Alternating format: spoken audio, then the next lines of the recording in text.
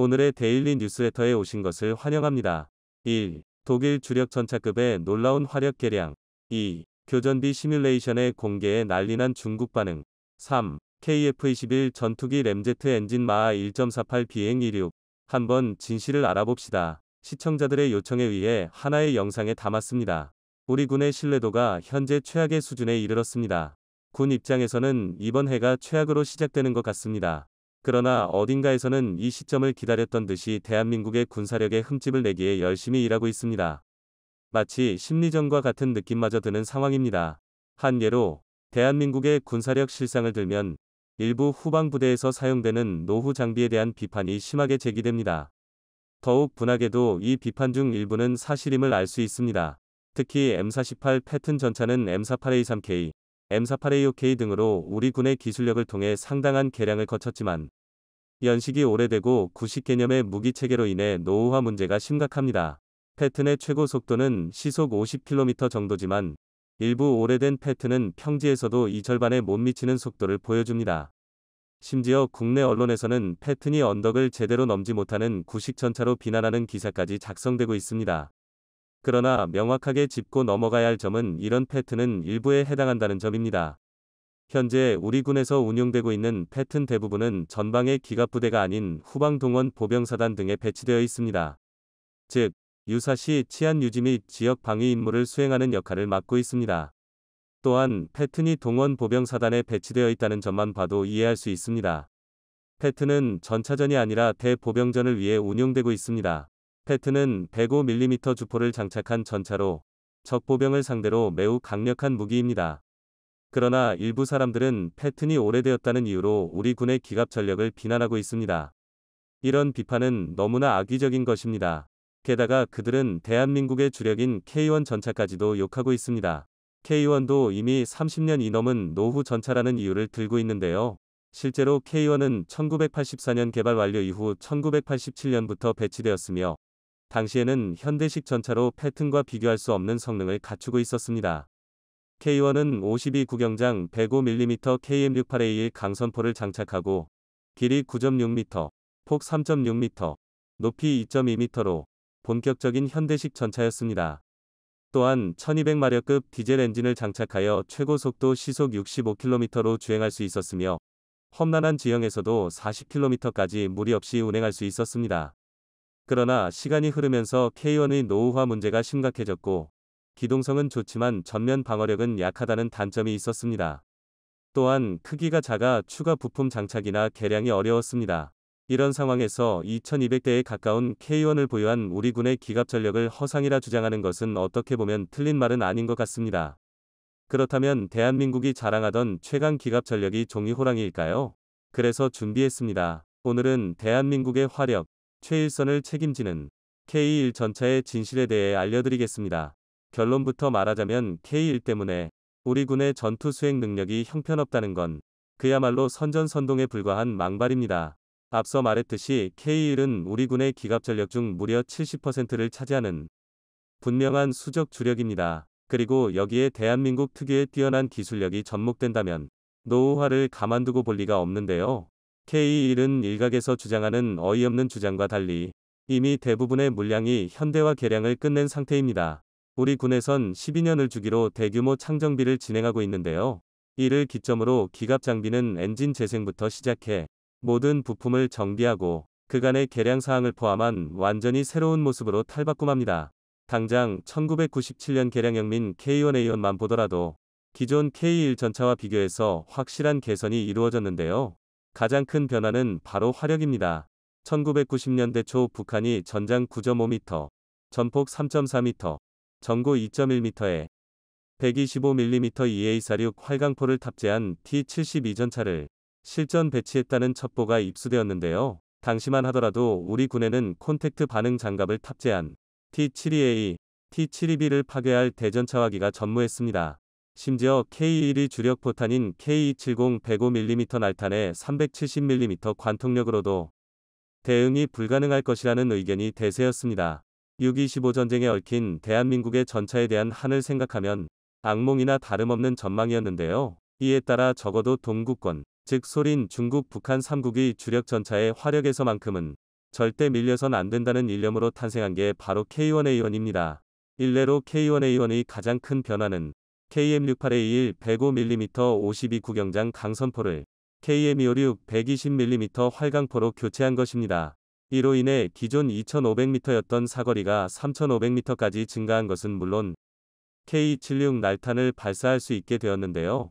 K275는 2km 기준 무려 650mm의 전차 장갑을 관통하면서 획기적인 화력 변화를 이끌어냈습니다. 그리고 이 K1A1과 K275의 조합은 현재 북한의 주력 전차 중 하나인 성군호의 580mm급 포탑 전면 장갑은 물론 중국의 주력 전차인 96식 전차까지 파괴할 수 있습니다. 이는 사실상 현존하는 주변국들의 모든 전투 차량에 치명적인 타격을 줄 수 있는 위력인데요. 정리하자면 다른 나라에서 최신형 전차로 굴릴 정도의 화력을 한국은 이미 90년대부터 보유하고 있던 것입니다. 그리고 여기에 K2 흑표라는 세기의 걸작까지 개발해냈으니 전 세계가 한국의 기갑 전력에 혀를 내두르는 건데요. 물론 그렇다고 해서 K1A1에 아무런 단점도 없었던 것은 아닙니다. 애초에 105mm 활강포를 기준으로 삼은 K1 차체에 120mm 활강포를 탑재하는 업건, 개량은 단순히 포탄만 바꾼다고 끝날 일이 아닌데요. 이로 인해 K1A1은 포탄 발사 시 반동을 제어해주는 주퇴복자기의 무게를 증가했고 현수 장치 등을 개량하면서 전체 중량이 크게 증가했고 기존의 장점이던 기동력이 최대 속도 시속 60km 수준으로 다소 줄어들게 되었습니다. 또 포탄 무게가 증가하면서 탄약 저장량이 감소했다는 문제가 있는데요. 하지만 이러한 단점들마저도 최신형 사격 통제 장치와 조준경 업그레이드를 통한 명중률 향상으로 대응하고 있습니다. 쉽게 말해 빠른 속도로 포탄을 쏘면서 도망 다니는 게 아니라 오히려 일발필중의 성능을 갖추게 된 것입니다. 그런데 심지어 여기서 끝이 아닙니다. K1A1이 이미 다른 나라의 최신의 주력 전차급의 성능을 보유하게 되었지만 또 다른 강력한 라이벌이 등장한 건데요. 바로 K2 흑표 전차입니다. 참 아이러니하게도 세계 최정상급인 K2와 유기적인 합동 운용 작전을 수행하기에는 오히려 K1A1의 성능이 부족하게 되어버린 건데요. 그 결과 우리 군은 다시 한번 성능 개량의 필요성을 느끼게 되었고 그렇게 탄생한 게 바로 K1A2입니다. K1A2 전차의 주요 개량점은 K1A19 노후화된 전자장비를 K2 흑표 수준으로 끌어올리는 것이었는데요. 가장 먼저 디지털 전장 관리 체계가 적용되면서 K2는 물론 K21 보병 전투장갑차 등과도 협동 운용이 가능하게 되었습니다. 즉 작전에 참여하는 모든 제대가 실시간에 전장 상황을 동일하게 인식할 수 있게 된 건데요. 디지털 장비가 장착되면서 전투 차량 간 통합 운용이 가능해졌고 특히 주간뿐만 아니라 야간에도 마군 전차에 대한 5인 사격 방지 기능이 추가되어 전차의 운용성이 크게 증가했습니다. 한마디로 K1A1에서 화력을 향상하고 K1A2에서 전천후 능력을 확보했다고 볼 수 있는데요. 그런데 상황이 이렇게 되자 한 가지 치명적인 문제점이 발생하기 시작했습니다. 대한민국의 수적 주력 K1 전차가 위험합니다. 1984년 개발 완료, 1987년 실전 배치를 끝낸 만큼 초기 양산분에 심각한 노후화 문제가 발생한 건데요. 그렇다고 K1이 후기 개량형 민 K1A 1호 초기 양산분을 전부 개수할 수도 없었습니다. 사실 K1A2에는 심각한 문제가 있었기 때문인데요. 바로 우리 군의 고질적인 문제점, 예산 부족입니다. 그도 그럴 게 K1과 K1A2는 완전히 다른 전차라고 물러도 과언이 아닙니다. 실제로 서방 무기체계 표준으로 구분하면 K1은 3세대 K1A2는 3.5세대에 해당하는데요. K1A2에 이르러서는 K2 흑표 수준으로 화력, 내부 전자장비 등이 업그레이드된 덕입니다. 이 정도면 명실상부 대한민국의 창끝 전력으로 손색이 없는데요. 하지만 좋은 장비에는 그만큼 많은 예산이 투입되기 마련입니다. 우리 군에서는 약 484대의 K1A1, K1A2를 확보했지만 예산상 모든 K1을 개량하는 건 무리였습니다. 명분도 문제였는데요. 사실상 484대의 K1A1, A2에 260여대의 K2 흑표만 더해도 한국은 이미 미국, 러시아를 제외한 세계 최대 3.5세대 전차 보유국 중 하나입니다. 물론 중국이 숨기고 있는 실제 3.5세대 전차 보유량이나 인도의 T-90S를 어떻게 분류하느냐에 따라 순위가 뒤바뀔 수는 있으나 어찌되었든 한국은 세계에서 손꼽을 정도로 많은 양의 3.5세대 전차를 보유하고 있다는 사실은 변하지 않습니다. 그런데 이런 상황에서 나머지 1000대에 달하는 K1까지 K1A2로 업그레이드하는 건 무리가 있었는데요. 한정적인 예산에서 기갑 장비 개량에만 모든 예산을 투자할 수는 없기 때문입니다. 결국 우리 군은 K1A1 단계를 건너뛰고 K1A2의 전자장비를 그대로 K1에 이식하게 되었는데요. 당장의 화력은 K1A2, K2 흑표보다는 떨어져도 동시에 같은 작전을 수행할 수 있도록 내부 장비를 현대화하기로 결정한 것입니다. 바로 K1이 성능 개량형 전차 K1E1입니다. 그러니까 K1E1은 일종의 땜빵이었던 건데요. 그러나 이건 어디까지나 이론상의 결과였습니다. 막상 K1E1을 만들고 나니 상상도 못했던 곳에서 의외의 효과를 발휘하기 시작한 건데요. 많은 분이 K1 전차의 계보에 대해 헷갈려들 하실 겁니다. 아마 한국 무기체계 중 가장 족보가 복잡한 무기체계가 아닐까 싶은데요. 간단히 정리하자면 K1A1은 K1이 기존 단점을 보완하고 성능을 업그레이드해 새롭게 탈바꿈한 전차입니다. 그리고 K1A2는 여기서 내부 전자장비를 현대화하면서 내실을 다졌는데요. 한마디로 정리하자면 K1A2는 K1을 기반으로 한 새로운 전차라고 할 수 있습니다. 반면 K1E1은 노후한 K1을 창정비를 통해 신품급 장비로 고치고 동시에 K1A2의 전자장비를 대거 탑재한 성능 개량 타입입니다. 즉 겉껍데기는 크게 바뀐 게 없어 보여도 알맹이는 전혀 다른 전차인 셈입니다. 보다 알기 쉽게 자동차의 비유를 들면 K1A2가 풀체인지라면 K1E1은 페이스리프트쯤인데요. 또 한 가지 결정적인 차이는 K1E1은 105mm 주포를 그대로 유지했다는 점입니다. 여기서 지난 영상을 시청하신 분들이라면 한 가지 의문이 생길 수밖에 없는데요. 고작 105mm로 북한이나 중국의 전차를 상대하는 게 가능하냐는 것입니다. 같은 이유로 K1A1 220mm로 업건을 선택한 걸 감안하면 충분히 생길 만한 의문인데요. 그러나 K1E1 205mm 주포를 선택한 데에는 이런 걱정이 무색할 정도로 결정적인 이유가 있습니다. 바로 더 이상 관통력이 부족하지 않다는 것입니다. 한국의 포탄 기술력이 발전하면서 105mm 주포로도 충분한 관통력을 보유할 수 있게 되었기 때문입니다. 일례로 현재 우리 군이 보유한 105mm 주력 포탄 중 K274 날탄의 경우 무려 470mm의 전차 장갑까지 관통할 수 있는데요. 심지어 개량형 K274NA에 이르러서는 545mm까지 늘어났습니다. 게다가 여기서 끝이 아닙니다. 지난 DX 코리아 2022에서는 우리 군에서 기존 대비 관통력이 15% 이상 향상된 신형 105mm 날탄을 연구 중이라는 사실이 공개되었는데요. 그렇다면 105mm 주포로 620mm 장갑까지 관통하는 것도 무리가 아닙니다. 이는 현존하는 대부분의 주력 전차와 비교해도 꿀리지 않는 화력입니다. 복잡하게까지 느껴지는 개량과 꾸준한 관련 장비 개선을 통해 구식 장비도 현대 장비 못지않게 개량해낸 건데요. 단적으로 한국의 K1과 사정이 굉장히 흡사한 일본의 90식 전차만 봐도 이를 알 수 있습니다. 90식은 이름만 봐도 알 수 있듯이 1990년에 실전 배치가 시작되었지만 지난 30년이 넘도록 단 한 번의 제대로 된 개량도 없었습니다. 가장 표면적인 지표인 화력면에서 보면 이게 얼마나 큰 문제인지 말 수 있는데요. 90식은 JM33 날탄을 사용하고 있습니다. 그런데 문제는 이 날탄이 독일제 DM33A1을 그대로 라이선스 생산한 포탄이라는 것입니다. 심지어 이뿐만 아니라 JM21A1 대전차고 폭탄 또한 DM21A1을 그대로 라이선스 생산 중인데요. 그렇다 보니 120mm 44 구경장 주포를 탑재하고 있음에도 90식 전차는 기껏해야 470터부터 520mm가 관통 한계점입니다. 최초 개발 단계에서는 K1보다 우수한 화력을 갖추고 있었음에도 새로운 포탄 개발도 전차 개량도 없이 제자리 걸음을 하는 동만 몇 세대나 뒤처져 버린 건데요. 게다가 90식은 일본 육상자위대의 주력 전차로 총 617대 중 절반이 넘는 341대를 차지하고 있습니다. 이 정도는 되어야 주력 전차 노후화 문제로 욕을 먹어도 할 말이 없을 텐데요. 반면 한국은 2014년부터 진행된 K1E1 개량 사업을 2026년에 마무리 짓는 것으로 계획하고 있습니다. 직관적으로 말하면 이제 3년 뒤면 1000대의 K1이 전부 K1E1으로의 개량을 완료한다는 건데요.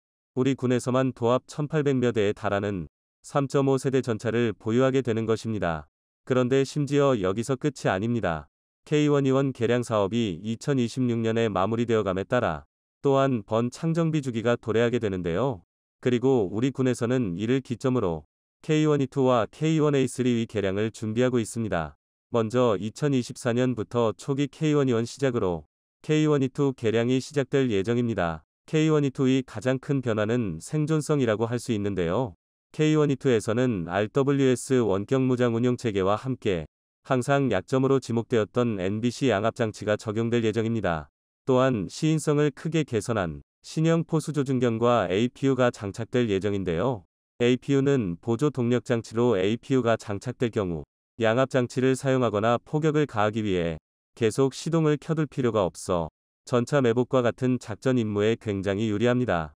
특히 K1 특유의 작은 차체의 105mm의 주포는 시가전에서 상당한 효과를 발휘할 것입니다.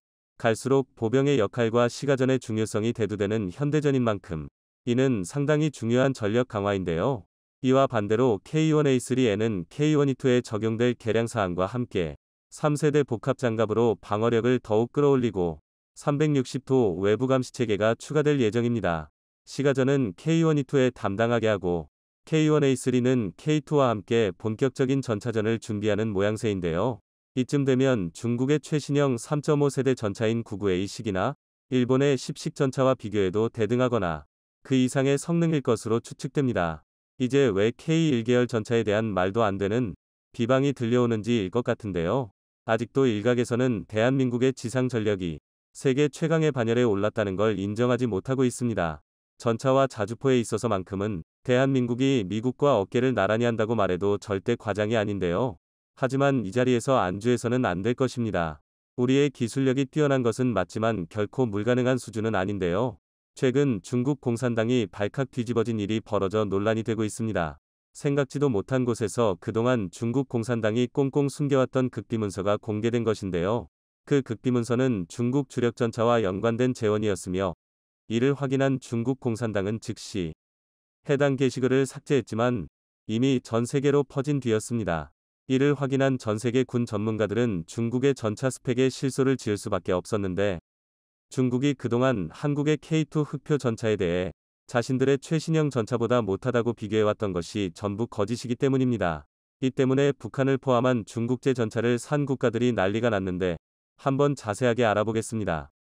최근 온라인 게임 워썬더 커뮤니티 사이트에 충격적인 글이 공개됐습니다. 한 나사같이 생긴 쇠봉과 중국어로 가득한 종이 한 장의 사진이 올라온 것인데요.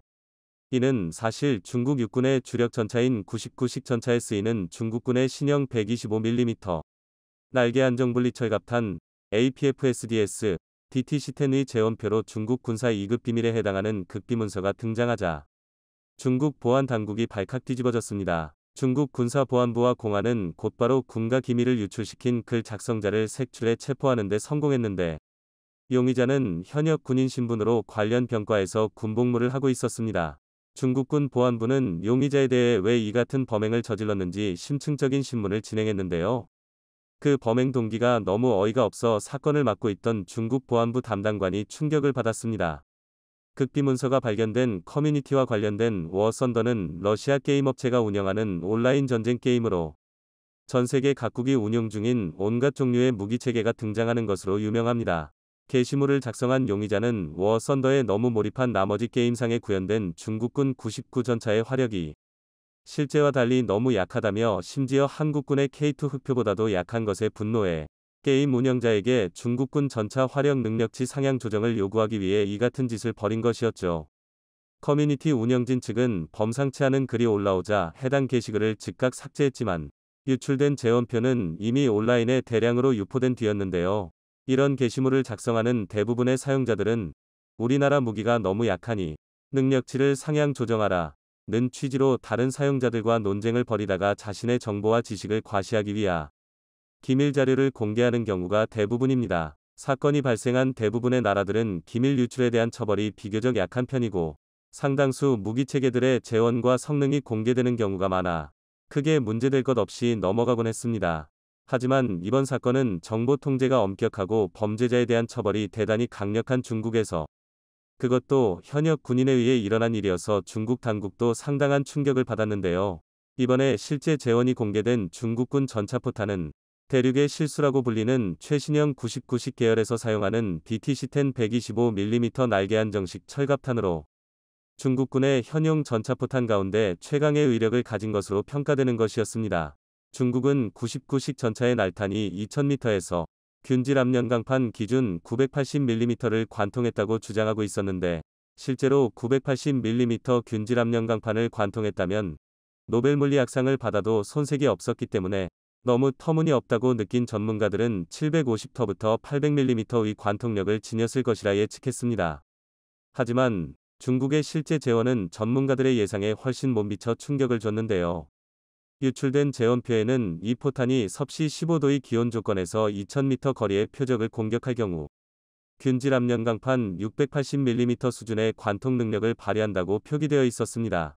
또한 중국과 러시아 무기체계 대부분의 교범 카탈로그상 데이터는 모든 조건이 완벽한 상황을 전제로 한 실험실 데이터인 경우가 많아 실제 관통 능력은 680mm보다 훨씬 떨어질 것이라는 평가를 내렸습니다. 더 중요한 것은 중국의 날탄 소재가 현존 최고 관통력을 지녔다는 열화우라늄으로 만들어진 것으로 알려졌는데, 이는 약해도 너무 약한 수준이었습니다. 실제로 서방제 120mm 날탄의 표준처럼 평가되어 온 독일 라인메탈의 120mm 용 53 독일 마르크 날탄은 동일 조건에서 650mm 이상의 관통력을 확보하고 있는데요. 2010년대 이후 서방 각국의 120mm 날탄은 기술적으로 급격히 진보하기 시작해 미국은 44 구경장 주포에서 발사할 때 기준으로 760mm의 관통력을 갖는 M829A3에 이어 무려 950mm급 관통력을 가진 M829A4를 내놓았습니다. 이들 모두 관통자로 매우 무거운 물질인 열화우라늄을 사용하며 포구 초속을 비약적으로 높여 관통력 향상을 이루어냈습니다.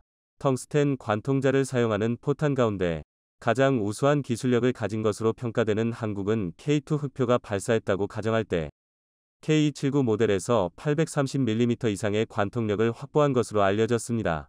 이 정도 수준이면 현존하는 거의 대부분의 러시아 중국제 전차를 손쉽게 격파할 수 있는 위력입니다. 하지만 중국의 날탄은 서방제 포탄보다 더 큰 구경을 갖고 있음에도 불구하고 카탈로그상 관통 능력이 600mm를 조금 넘는 것에 불과한 것으로 드러나 완전히 망신당하고 있는데요. 이 포탄은 카탈로그 데이터상 초속 1760m라는 빠른 포구 초속을 갖고 있고, 관통자로 열화우라늄을 사용하는 중국의 최신형 전차포탄임에도 불구하고 텅스텐을 사용하는 독일이나 한국제 날탄보다 관통 능력이 크게 떨어지며, 이 정도면 서방제 전차들의 장갑을 뚫을 수 없는 것으로 드러났습니다. 이런 일이 일어나고 있는 이유에 대해 고질적인 중국의 다운그레이드 카피 문화 때문으로 보고 있습니다. 중국이 자국산 전차 개발의 기술적 토대로 삼은 구소련제 전차들이 가지고 있던 기술력 부족과 설계 오류들을 중국 전차들이 그대로 물려받았는데요. 기본적으로 구소련제 전차들은 작고 가벼운 것이 특징이었습니다. 이유는 엔진 기술 때문인데, 고출력 디젤 엔진 제작이 어려웠던 구소련과 공산권 국가들의 전차는 상대적으로 가볍고 작아질 수밖에 없었습니다. 이 핸디캡은 전차의 내부 구조와 성능에 결정적인 악영향을 미쳤는데, 그 산물이 분리장전식 탄약이죠. 구소련의 전차들은 크기와 중량에 제약이 있을 수밖에 없었고, 이 때문에 전차 내부 공간이 매우 좁았습니다. 그럼에도 불구하고 서방 전차들을 파괴할 수 있는 공격력을 가져야 했기 때문에 동급 서방제 전차보다 더 큰 구경의 전차포를 탑재해야 했는데요. 더 좁은 포탑에 더 큰 포탄을 싣게 되면 장전 작업이 어려울 수밖에 없어 적재탄 수도 줄어드는 문제가 발생하는데, 소련은 이를 분리장전식 탄약과 자동장전장치 도입으로 해결했습니다. 거의 1m에 달하는 포탄을 관통자와 추진장약으로 반 토막 내 길이를 줄인 뒤 이를 포탑 주변에 둥글게 설치한 자동장전장치에 적재하는 방식으로 장전 문제와 적재탄수 문제를 동시에 해결한 것이었습니다. 문제는 이러한 방식이 근본적인 해결책이 될 수는 없었습니다. 앞서 설명한 바와 같이 날탄의 관통력은 새 장비가 큰 영향을 미치는데, 높은 새 장비를 가지려면 결국 관통자 길이를 늘리는 수밖에 없었는데요. 하지만 이는 장전에 어려움을 줬으며 불안정하게 장전된 장약은 내부에서 오폭하는 경우도 많았습니다. 중국의 신형 전차들도 이런 소련 전차의 문제점을 그대로 물려받았습니다. 포탑 역시 전체 면적의 절반 이상이 쐐기형 증가장갑으로 이루어져 있어 실제 내부 면적은 러시아제 전차들보다 비슷하거나 조금 더 나은 수준인데, 중국 관영 매체를 통해 보도된 99식 전차의 내부 공간을 보면 중국인의 평균 체형이 러시아인보다 작다는 점을 감안해도 대단히 협소하다는 것을 알 수 있습니다. 협소한 내부 공간은 포탄의 크기에도 영향을 미쳐 관통자가 작아진 나머지 관통력이 떨어졌다는 게 물리학자들의 의견입니다. 때문에 전문가들은 현재 중국의 전차는 K2 흑표와 실전에서 맞붙게 되면 15대 1 교전비가 나올 수도 있다고 보고 있습니다. 이는 고스란히 북한으로 넘어가는데요. 최근 열병식에서 모습을 드러냈던 북한의 최신식 주력 전차가 중국의 99식 전차의 수출형 버전인 VT4에서 외형만 바뀐 것으로 보고 있습니다. 그 증거로 열병식에 등장한 신형 전차의 의장색이 북한 자연환경과 맞지 않는 사막색으로 도색돼 있다는 것입니다. 또한 북한에 불과 2년 만에 이만한 신형 전차를 설계 생산할 기술과 재원이 있을 리 없다는 것입니다. 신형 전차에 적용된 것으로 보이는 기술과 장비는 2018년에 등장한 최신 전차인 선군호에 비해 무려 수십 년은 앞서 있습니다. 때문에 많은 전문가들은 북한의 신형 전차가 중국의 전차를 그대로 구입해 사용하고 있다고 전하는데요. 문제는 중국의 날탄 재원이 공개되면서 부풀려진 카탈로그 재원에 속아 북한에서도 난리가 났을 것으로 예측됩니다. 공산권 국가들의 전차 문제를 해결하는 것은 분리장전식 탄약을 버리고 서방 국가들과 마찬가지로 일체형 포탄으로 전환하는 것인데, 이는 간단한 문제 같지만 대단히 어려운 작업입니다. 30년 가까이 유지되어 온 기존의 전차 운용 교리와 군수보급 체계를 모두 갈아엎어야 하는 일이기 때문인데요. 포탄 형태를 바꾸는 것은 물론 높은 포구 초속을 뽑아내기 위한 포신 개량도 필요한데, 7,000바 이상의 높은 포신 압력을 견뎌낼 수 있는 고품질 포신 가공 기술을 보유한 나라는 미국과 독일, 한국 정도에 불과하기 때문에 이런 기술 격차는 중국과 북한, 심지어 러시아까지 단기간 내에 따라잡기 어려울 것으로 내다보고 있습니다. 한마디로 이번 전차포탄 기밀 유출 사건을 계기로 중국의 최신형 99식 전차는 이전에 먼저 논란이 된 방어력 부족 문제에 이어 공격력 부족까지 한동안 북한과 파키스탄 등 중국제 전차 도입국을 분노하게 만들 것인데요. 외형은 그럴싸하지만 기반 기술이 1990년대 우크라이나에서 가져온 T-80 수준에 불과했던 만큼 충분히 예견됐던 상황이죠.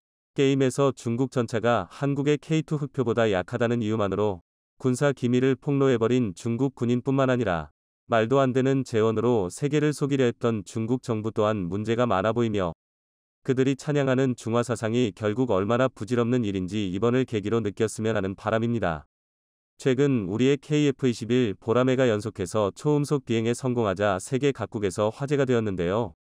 세계 군사정보 커뮤니티에서는 KF-21 전투기의 초음속 비행에 관한 이야기가 연일 화제를 일으키고 있으며, 엔진 자체 개발과 부품 국산화에 대해서도 놀랍다는 반응이 줄을 이루고 있습니다. 이 같은 반응에 미국의 군사 매체인 글로벌 파이어파워는 군사 전문가들을 상대로 현재 개발 중인 전투기 중에 미래의 전력의 불균형을 가져올 만한 차세대 전투기를 주제로 순위 조사를 하였는데요. 그런데 놀랍게도 생각지도 못한 결과가 나와 화제입니다. 전투기의 자체 성능과 최첨단 기술이 결합된 항전 장비 등 구체적인 세부 등급을 나누어 각종 순위를 종합한 결과 당당히 KF-21이 가장 많은 점수를 받았습니다. 하지만 경쟁 후보들이 중국의 J-35, 터키의 TFX, 인도네시아의 122 등으로 빈약한 후보들이었습니다. 사실 비교 대상들이 F-35나 Su-57, 라팔 등과 같은 대상들이 없어서 아쉬운 조사라고 평가되는데요. 아무튼 해외군 전문가들이 KF-21 보라매에게 가장 많은 점수를 부여하게 된 이유로는 대략 다음과 같았습니다. 한국은 독자적 기술력을 바탕으로 개발 속도가 빠르며 성공 여부를 공개적으로 진행하여 신뢰감과 기대치가 높다는 점입니다. 터키의 TFX 같은 경우 영국의 BAE4와 롤스로이스의 기술 협력을 받아 개발이 진행 중인데요. 개발 진행 속도가 KF-21 보라매와 비교한다면 상당히 더딘 것으로 알려지고 있습니다. 작년에 공개한 TFX는 배선이나 유압 관로 등이 전혀 설치되지 않은 모습이었습니다. 비슷한 개발 시기에 KF-21은 독자적인 기술로 내부 장비까지 설계가 완료되어 제작하던 모습과 비교해 봤을 땐 상당히 느리다는 걸 알 수 있습니다. 그리고 신뢰감이 높다는 점은 중국과 비교한 것으로 보이는데요. 중국은 J-35를 비밀리에 개발하여 깜짝 공개하였지만 F-35와 비슷한 외형으로 짝퉁 취급을 받았었죠. 이에 엔진 등 핵심 기술 확보 여부는 여전히 의심의 눈초리를 받고 있을 만큼 전투기 성능 자체가 비교 불가라 판단했나 봅니다. 이 밖에도 항전 장비 및 기술 확보 분야는 KF-21 보라매가 압도적 우세로 평가되었습니다. 그들은 하나같이 한국은 협력이 아닌 독자적인 개발이 엄청난 원동력이 될 것이라고 말하고 있는데요. KF-21 보라매의 국산 엔진뿐만 아니라 국산 미사일 및 높은 비율의 부품 국산화도 가능하다고 보고 있습니다. 이처럼 KF-21 보라매의 개발은 현재 여러 분야에서의 관심을 불러모으고 있습니다. 한편 최근 방사청은 국내 기술로 영상을 융합한 데이터 기술을 전략화했다고 밝혔는데요. 이 기술은 다중 임무 체계에서 수집한 표적 정보를 바탕으로 인공지능 기술이 새롭게 결합하여 임무 판단 능력을 결정할 수 있는 핵심 기술입니다. 이 기술은 최근에 개발되기 시작했으며 군사 강국에서만 보유하고 있는 신기술이라는 점입니다. 우리는 지금까지 정찰 능력을 미국에만 의존하고 있었으며 지난 수십 년간 그래왔는데요. 그에 비해 일본은 관련 기술 개발에 성공해 미국으로부터 독립하였습니다. 이후 일본은 지금까지 독자적인 감시 정찰 자산을 운용 중이며 자체적인 분석 기술을 이용하여 인공지능과 정찰 자산에서 수집한 정보로 자신들이 원하는 결과를 얻어내는 능력까지 이뤄냈습니다. 이러한 정보력 차이는 시간이 흐르면서 결과적으로 엄청난 차이로 이어지고 있는데요. 현재 일본은 우리나라보다 북한에 대한 정보가 앞서고 있을 만큼 우수한 정보 수집 능력을 갖추고 있으며 어쩔 수 없이 우리는 일본과 미국이 수집하는 정보를 받아서 군사작전을 수행하고 있습니다.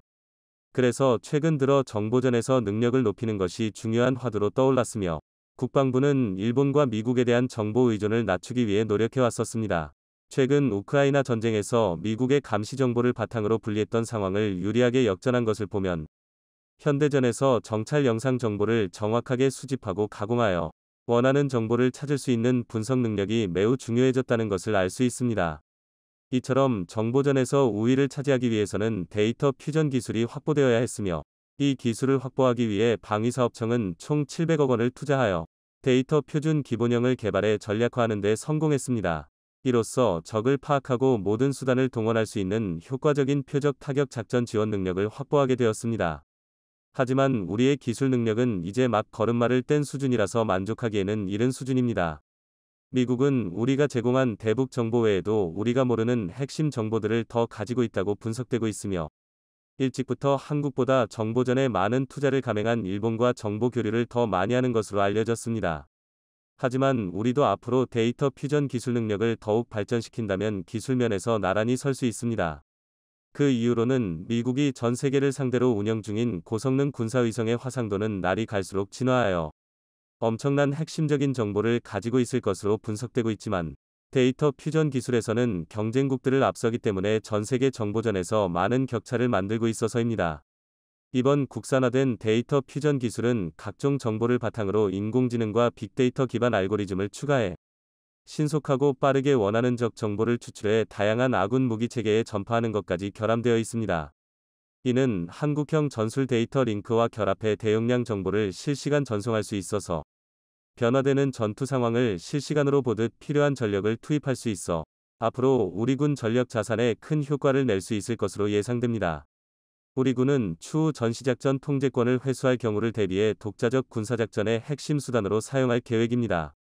이 밖에도 소수 국가만이 개발에 성공한 타겟팅 포드를 자체 기술로 국산 타겟팅 포드 개발에 성공했다고 합니다. 첨단 타겟팅 포드는 지상을 정밀하게 탐색하는 장치로 이용되고 있지만 차후 공중전에서도 레이더를 대체할 가능성이 높은 탐지 체계입니다. 이는 미국이 기술 이전을 거부했던 핵심 장비 중의 하나였으며 타겟팅 포드에 들어가는 모든 부품을 모두 자체 개발하는 데 성공하였습니다. 이를 개발하기 위해서 타겟팅 포드 통합 시험장까지 구축하는 데 수년 동안 노력했습니다. 현재 고성능 타겟팅 포드를 개발한 국가는 미국과 프랑스, 이스라엘 정도로 러시아조차도 제대로 된 첨단 타겟팅 포드를 개발하지 못하고 있는 상황입니다.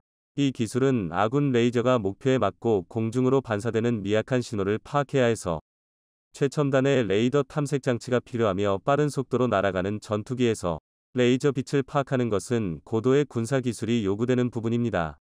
아군이 지시하는 레이저에는 특수한 신호가 삽입되어 이를 수신하고 해독하는 데도 상당한 개발 난이도가 필요합니다. 특히 타겟팅 포드로 하늘에서 움직이는 적 전투기를 파악할 수 있는 대공표적 추적 기술까지 동시에 적용되었다는 게 핵심입니다. 이는 레이더를 이용한 전투기 추적이 아니라서 전파를 이용하지 않고도 수십 킬로미터 밖에 있는 적 전투기를 추적할 수 있어서 은밀하게 기동하는 적 스텔스 전투기를 파악할 수 있습니다. 이번 개발 성공은 대한민국의 전략 자산 기술로 자체적으로 확보했다는 점에서 그 파급 효과가 만만치 않을 것으로 보입니다. 이러한 발전으로 대한민국은 자력으로 확보한 기술 군사 강국으로 발전하고 있습니다. 앞으로 KF-21 보람의 개발에 완벽하게 성공한다면 여러 가지의 다양한 기술 확보로 다른 무기와의 연계가 더욱 쉬워질 거라 예상됩니다.